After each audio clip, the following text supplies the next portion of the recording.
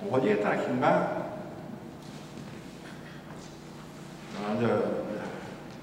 dans les Saintes Écritures, dans le premier livre des Chroniques au chapitre 16, du verset 7 à 15.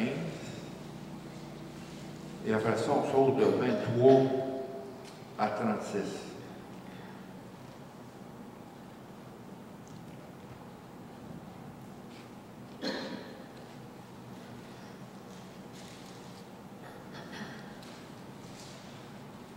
Seigneur, nous te demandons, à la lecture de ces paroles, de tes paroles, Seigneur, de tes saintes Écritures, qui sont inspirées, peuvent nous aussi nous remplir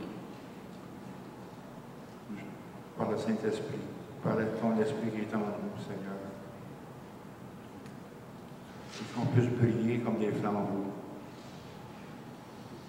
Que tu ouvres nos cœurs par ces paroles, Seigneur, et que tu nous donnes cette grâce que ta parole nous apporte. Les bienfaits de ta parole, Seigneur. Et on t'en rend grâce aujourd'hui.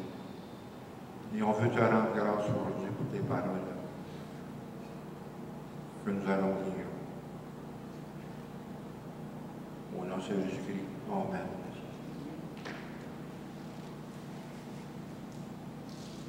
Chapitre 16, verset 7. Ce fut en ce jour que David changea pour la première fois à Azat et ses frères de célébrer les louanges de l'Éternel. Louez l'Éternel et invoquez son nom. Faites connaître parmi les peuples ses hauts faits. Chantez, chantez en son honneur. Parlez de tous ses merveilles. Glorifiez-vous de son saint nom. Que le cœur de ceux qui cherchent l'Éternel se réjouisse. Ayez recours à l'Éternel et à son appui. Cherchez continuellement sa face. Souvenez-vous de ses prodiges qu'il fait, de ses miracles et des jugements de sa bouche. Race d'Israël, son serviteur, enfant de Jacob, ses élus, l'Éternel est notre Dieu. Ses jugements s'exercent sur toute la terre. Rappelez-vous toujours de son alliance, de ses promesses pour 1000 générations. Et au verset 23, chantez à l'Éternel, vous tous, habitants de la terre. Annoncez de jour en jour son salut. Racontez parmi les nations sa gloire, parmi les peuples ses merveilles. Car l'Éternel est grand et très digne de louange. Il est redoutable par-dessus tous les dieux, car tous les dieux des peuples sont des idoles, et l'Éternel a fait les cieux. La majesté et la splendeur sont devant sa face. La force et la joie sont dans sa demeure. Famille des peuples, rendez à l'Éternel gloire et honneur. Rendez à l'Éternel gloire pour son nom.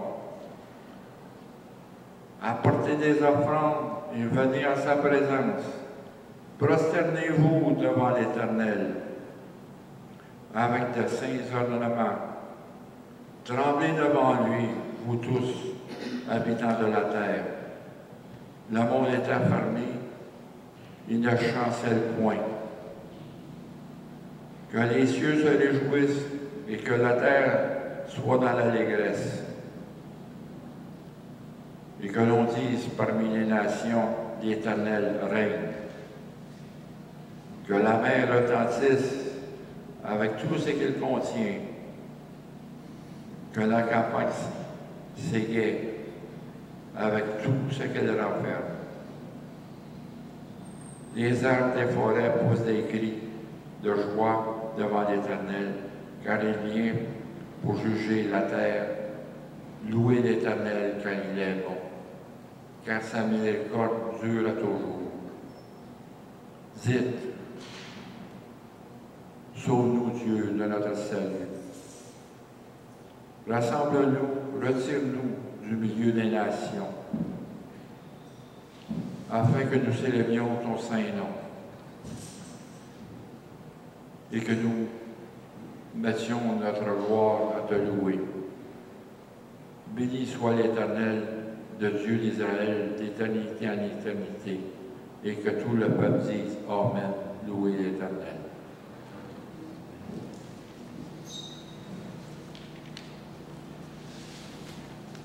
Dans ce dimanche d'action de grâce,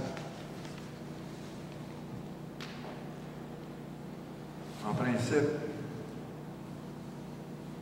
on se réfère dans le Deutéronomie, au chapitre 16, versets 13 à 17, sans tourner à ça, c'est ce qu'on appelle la fête des tabernacles. C'est la fête des récoltes.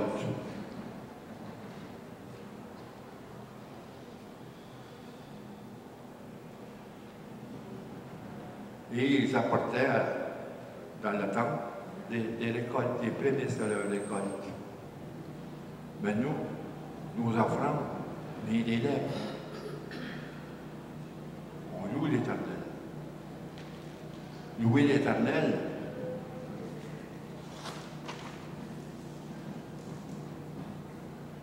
c'est de lui rendre grâce. Au chapitre 8, au verset 8, on parle de louer l'Éternel, invoquer son nom. Au verset 34, louer l'Éternel quand il est bon, et sa miséricorde dure à toujours. Et à la fin, on dit Amen, louer l'Éternel. Louer l'Éternel, c'est rendre grâce à l'Éternel. Dans Isaïe 25, au verset 1, il dit, ô Éternel, tu es mon Dieu, je t'exalterai, je célébrerai ton nom, car tu as fait des choses merveilleuses. Tes desseins, conçus à l'avance, se sont fidèlement accomplis. Tes desseins conçus à l'avance.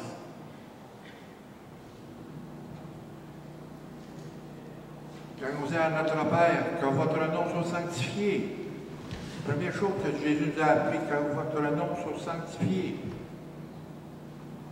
Notre Père qui est aux cieux, que votre nom soit sanctifié. On célèbre son nom, on glorifie son nom de l'Éternel. Comme il dit au chapitre, au verset 8, louer l'Éternel, invoquer son nom. Qu'est-ce qu'on fait avec notre Père? Qu'est-ce que Jésus nous a démontré? Notre Père qui est aux cieux, que votre nom soit sanctifié. Ça veut dire qu'il soit glorifié. Il faut rendre grâce à Dieu pour son salut. Au verset 35, il dit, dites, sauve-nous, Dieu, de notre alliance. Parce qu'au verset 15, il dit, ça c'est pour Israël, il dit, rappelez-vous toujours de son alliance. Ils sont au verset 18. C'est là qu'il y a l'alliance. Je te donnerai le pays de Canaan comme héritage, ce qui vous est échu. Notre héritage, nous, c'est le salut. C'est notre héritage. Et il faut se rappeler de ça. Il faut se rappeler de l'alliance que Dieu a faite avec nous par le sang de Jésus. Il faut se rappeler de ça. C'est bénir et glorifier son nom. Au verset 9,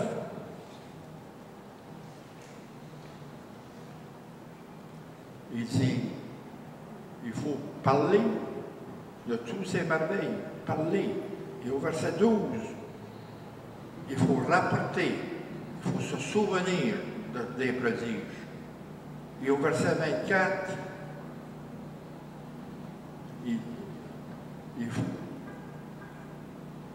il faut raconter parmi les nations, il faut témoigner ce que l'Éternel a fait. Donc, il faut parler, il faut rapporter, il faut raconter toutes les merveilles qu'il a faites.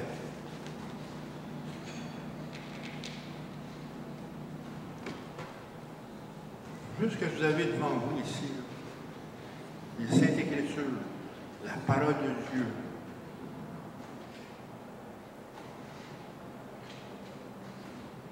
c'est une parole qui est en nous, qui transforme, une parole qui est vivante, qui vous a transformé. Et cette parole-là est pour nous un appui. Les merveilles. Car Dieu a dit, tout ce qui sort de ma bouche ne viendra pas sans effet. Tout ce que je vais dire, il va avoir un effet.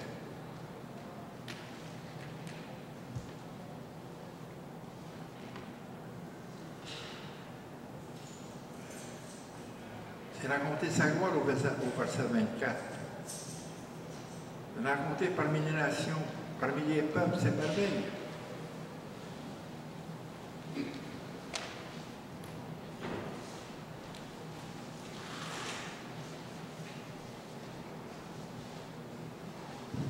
Quand il dit, rappelez-vous, à toujours son alliance. Annoncez de jour en jour son salut. Raconter parmi les nations sa gloire. Donc, dans vos vies, en ce moment, vous avez des personnes spéciales que Dieu a envoyées sur votre chemin. Des choses que vous pouvez raconter, rapporter. Vous avez des moments spéciaux, des moments précieux avec Dieu. Des témoins, des moments où vous avez été témoins.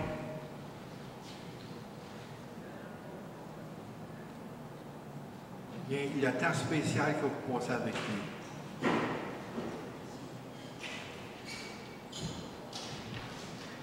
Vous vous rappelez aussi, au verset 26 et 27, il dit qu'à tous les dieux sont des dieux des peuples sont des idoles, et l'Éternel a fait les cieux. La majesté et la splendeur sont devant sa face. La souveraineté de Dieu.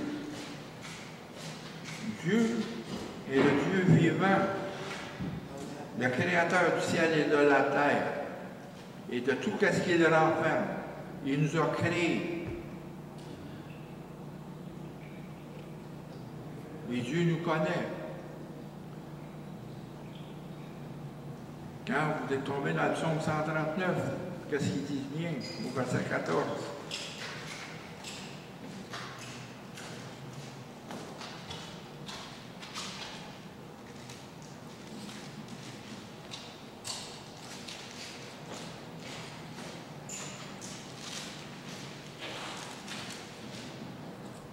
Je te loue de ce que je suis, une créature merveilleuse. Tes œuvres sont admirables et mon âme le reconnaît bien. Je te loue que je suis une créature merveilleuse.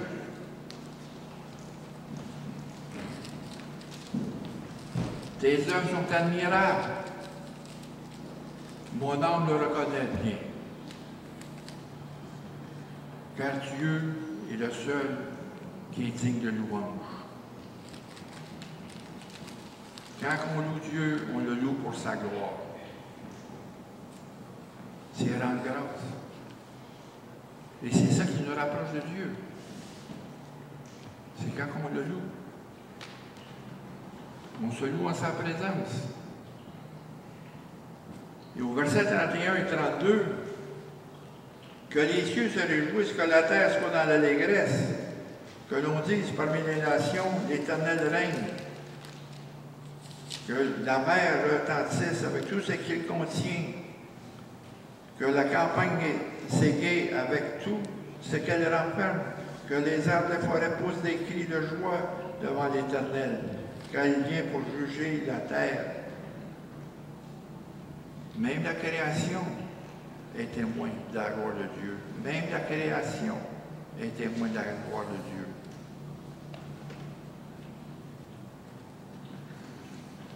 Si on suit dans Romains chapitre 1,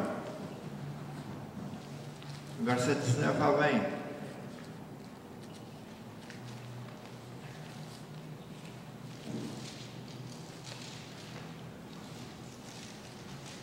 Romains 1, chapitre 1, versets 19 à 20.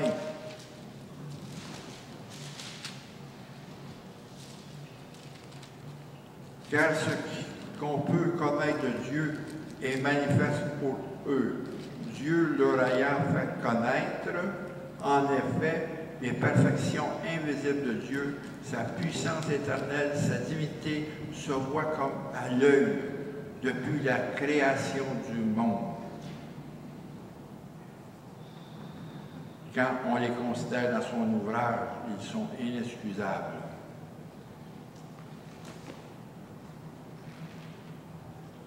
Regardez quand vous voyez aujourd'hui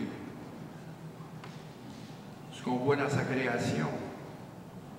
L'automne, à tous les automnes, Dieu fait un tableau avec les feuilles. Il fait un tableau devant nous à tous les automnes, avant d'arriver à l'hiver, dans la saison morte. Ce qui nous aide à passer l'hiver, c'est ce qu'on voit aujourd'hui. Il faut remercier Dieu. À tous les automnes, Dieu nous fait un tableau devant nous, dans toutes sortes de couleurs. Puis le soleil qui reflète, qui met de l'or à travers ces couleurs-là. Ça vient dorer. Il faut avoir un cœur de poète pour remercier Dieu. On a tous un cœur de poète quand on considère ces choses-là. Parce que Dieu nous met ses louanges sur nos lèvres. Dieu nous met ses louanges pour le louer sur nos lèvres. On se réjouit des merveilles.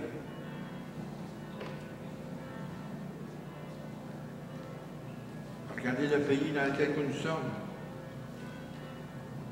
Nous avons un pays où on vit en paix. En est jusqu'à présent. On ne sait pas ce que Satan peut faire. Il ne faut pas prendre pour acquis la paix qu'on a. Mais qu'on soit en harmonie avec Dieu, on s'attend à toute chose. Il faut être en harmonie avec Dieu. Quand ici, Dieu parle de l'harmonie de sa création, quand Jésus va être revenu, c'est exactement ce qui va se passer. Il va y avoir une harmonie sur la terre. Une harmonie avec la création. Il faut louer Dieu. Parce qu'il est grand. Il est le seul qui est digne de louange. Quand il dit « Ô notre Père à la fin, car c'est à toi qu'appartiennent dans tous les siècles le règne, la puissance et la gloire. Amen.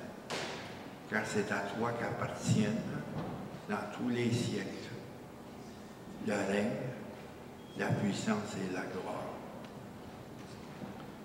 Versets 25 et 29 ici, ça vous dit, car l'Éternel est grand, il est digne de louange. Il est redoutable par-dessus tous les dieux. Et au verset 27, la majesté et la splendeur sont devant sa face. La force et la joie sont dans sa demeure.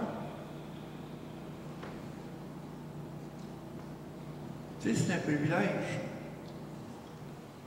que Dieu s'est révélé à nous. C'est un privilège, un très grand privilège dans le monde qu'on vit aujourd'hui.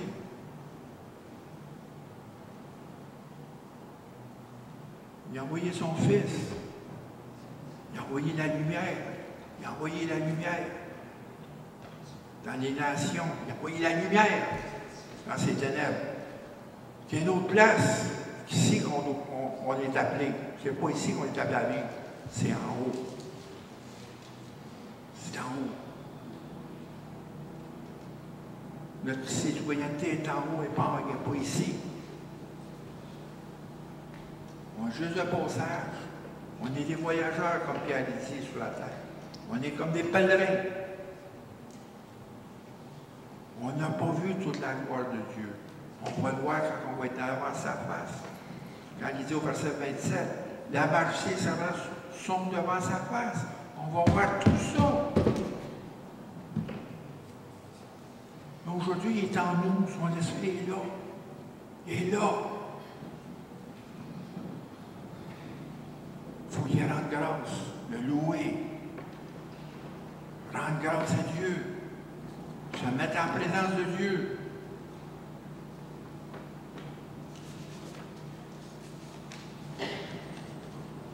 Comment pouvons-nous connaître Dieu si nous ne lui rendons pas grâce? Comment on peut connaître? Passer par des louanges. On s'approche de Dieu. Et lui s'approche de nous. Comment on peut connaître Dieu si dans notre cœur, on n'y aura aucun louange, on n'a pas des actions de grâce? Comment on peut connaître Dieu? Mais c'est que les actions de grâce nous ouvrent vers Dieu. On s'approche de Dieu et Dieu s'approche de nous. Au verset 10 et 11, glorifiez son saint nom, que le cœur de ceux qui cherchent Dieu se réjouisse. Que le cœur de ceux qui cherchent Dieu se réjouisse.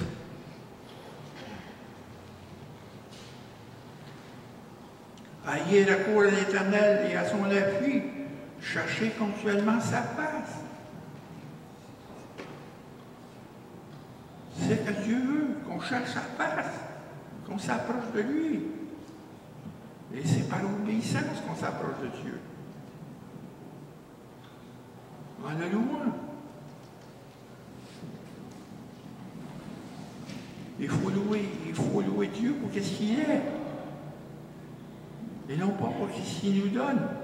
Il faut louer sa bonté, sa miséricorde. Regardez dans Job. C'était dans le Deliberate cette semaine, dans Job 1. Dans le premier chapitre de Job. C'est en plein ça.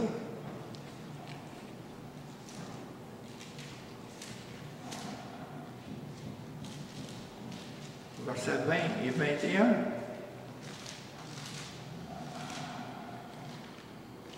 C'était dans le pain quotidien cette semaine.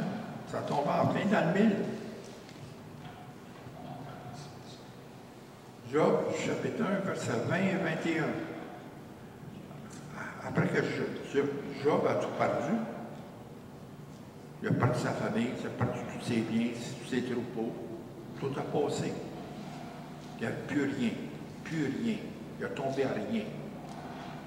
Job se leva, déchira son manteau, se rasa la tête, puis se jeta par terre et se prosterna et dit, je suis sorti nu du sein de ma mère, et nu je retournerai dans le sein de la terre. L'Éternel a donné, et l'Éternel a ôté. Et que le nom de l'Éternel soit béni. Que le nom de l'Éternel. Il est capable de dire ça après avoir passé ça. Elle est capable. Après avoir tout perdu. Imaginez-vous si vous étiez en Floride, là, la foudre a passé dans votre maison, l'inondation, toute votre pension est là. C'est même pas assurable. Vous avez tout perdu. Perdu. Mais c'est vous ça. C'est une bénédiction de tout part. Parce qu'on s'approche de Dieu encore plus. On s'accroche. On sait que ça vient de lui. On glorifie son nom pour qu'est-ce qu'il est. Je peux vous le dire. Certains d'entre vous le savez. J'ai passé par une faillite. Perdu. Plus rien. Plus rien. Passé devant le syndic. Mais aujourd'hui, je regarde ça comme une bénédiction. Il m'a enlevé des choses qui me barraient la route avec lui.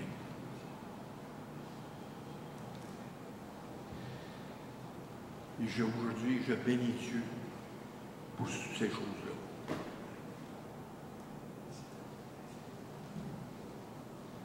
Je remercie Dieu pour le logement que j'ai à tous les jours, à tous les jours. Pour être avec vous autres aujourd'hui, je remercie Dieu. Je remercie Dieu d'être avec vous autres, d'avoir des frères et des sœurs qui marchent avec l'Esprit Saint.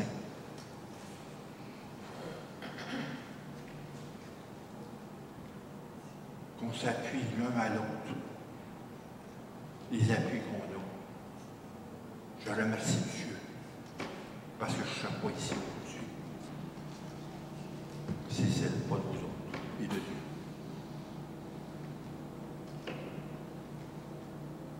Aussi, vous vous rappelez de son alliance au chapitre 15, au verset 15. Rappelez-vous toujours de son alliance et ses promesses pour des générations.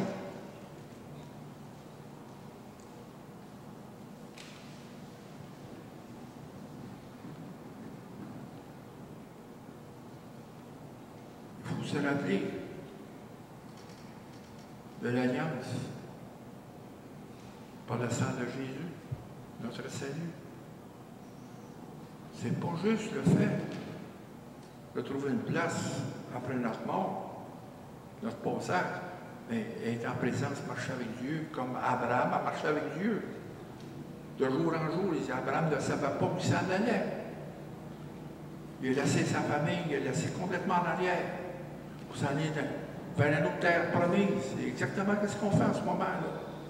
On est en marche, comme Abraham, vers une terre promise. De jour en jour, on s'appuie sur la direction de Dieu. On ne sait pas où c'est qu'on s'en va. Puis, il faut se humilier devant l'Éternel. Au verset 29, rendez à l'Éternel gloire pour son nom. Apportez des offrandes et venez à sa présence.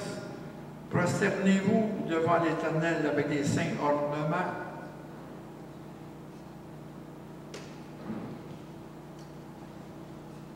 Ce qu'on offre à l'Éternel, c'est des sacrifices de louange, des fruits de nos lèvres.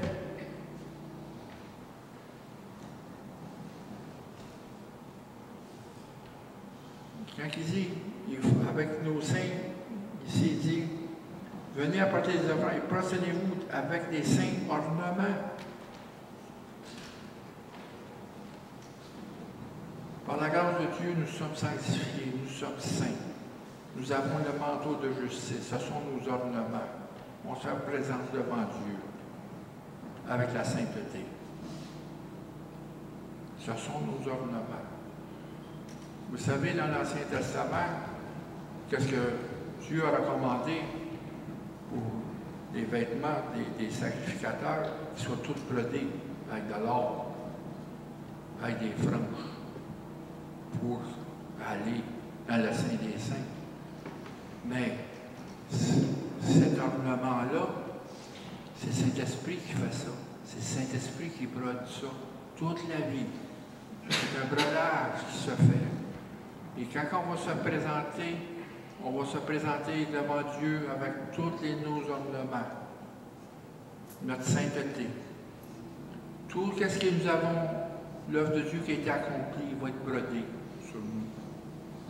C'est ça, les saints ornements. C'est l'Esprit Saint qui brode ça sur nous. C'est l'Esprit Saint qui met toutes les franges, qui met les fils d'or. Tout ce brodage. C'est notre sainteté. Les œuvres de Dieu en nous.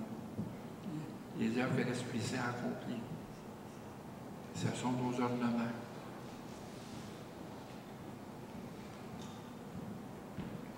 il dit apportez des offrandes, regardez dans Hébreux 13.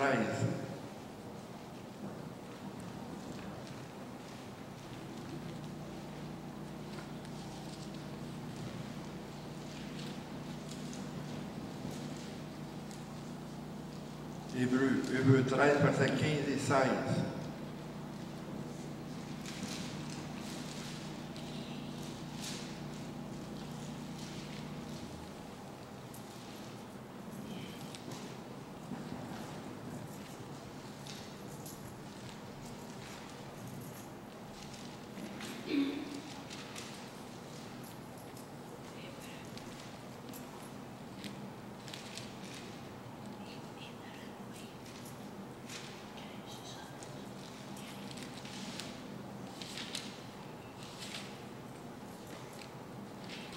Apportez des offrandes et venez en sa présence.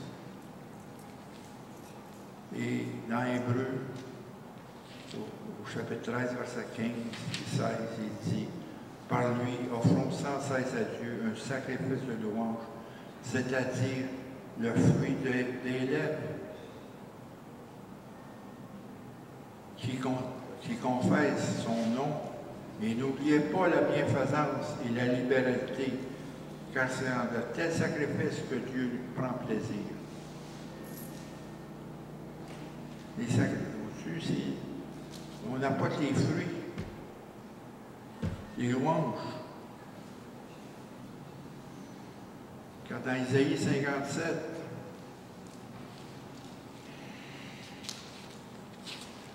verset 19,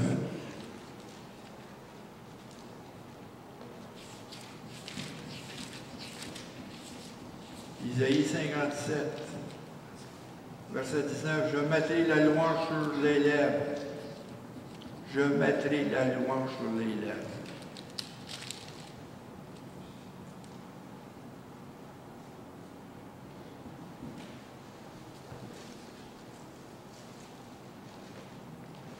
Je mettrai la louange sur les lèvres. C'est pour ça qu'il dit, par lui, offrons sans cesse à Dieu un sacrifice de louange, c'est-à-dire le fruit de lèvres, dans Hébreu. C'est que la grâce de Dieu, les merveilles de Dieu, la bonté de Dieu, la miséricorde de Dieu, nous amène à le louer.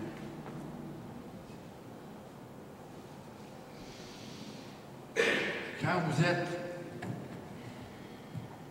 souvent on est porté, souvent je dis ça,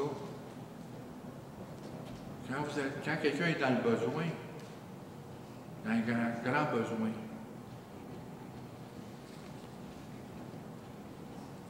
physique, matériel, où il a apporté du linge ou du manger, il y a un cœur de gratitude.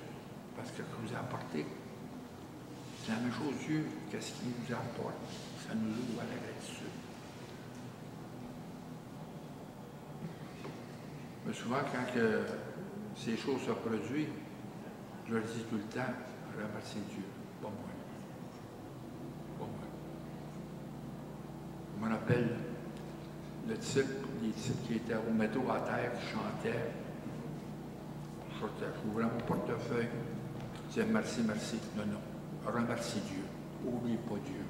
Je le dis tout le temps. N'oubliez pas Dieu.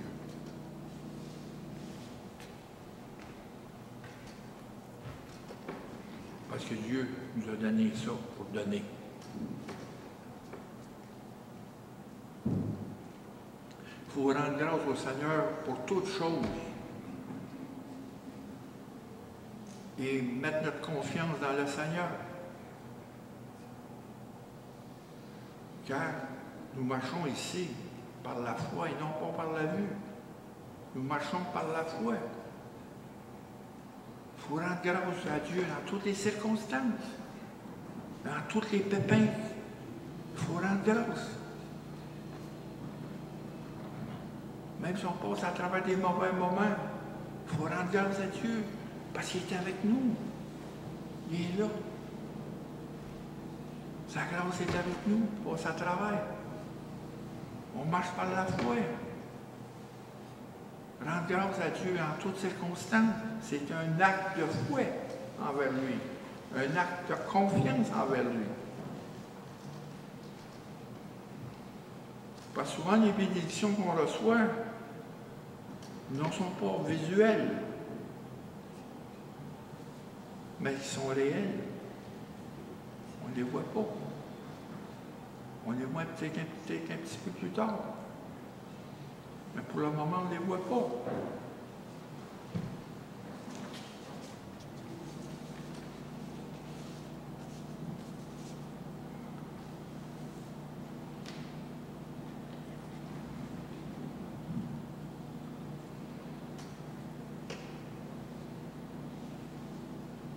N'oubliez pas, notre Dieu nous donne un appui. Il est notre appui, Dieu. Quand on dit dans notre Père, donnez-nous aujourd'hui notre pain quotidien. Dieu nous donne tout. Au verset 11, ici, dans le 6e chapitre des Chroniques, ayez recours à l'Éternel et à son appui. Ayez recours à l'Éternel et à son appui.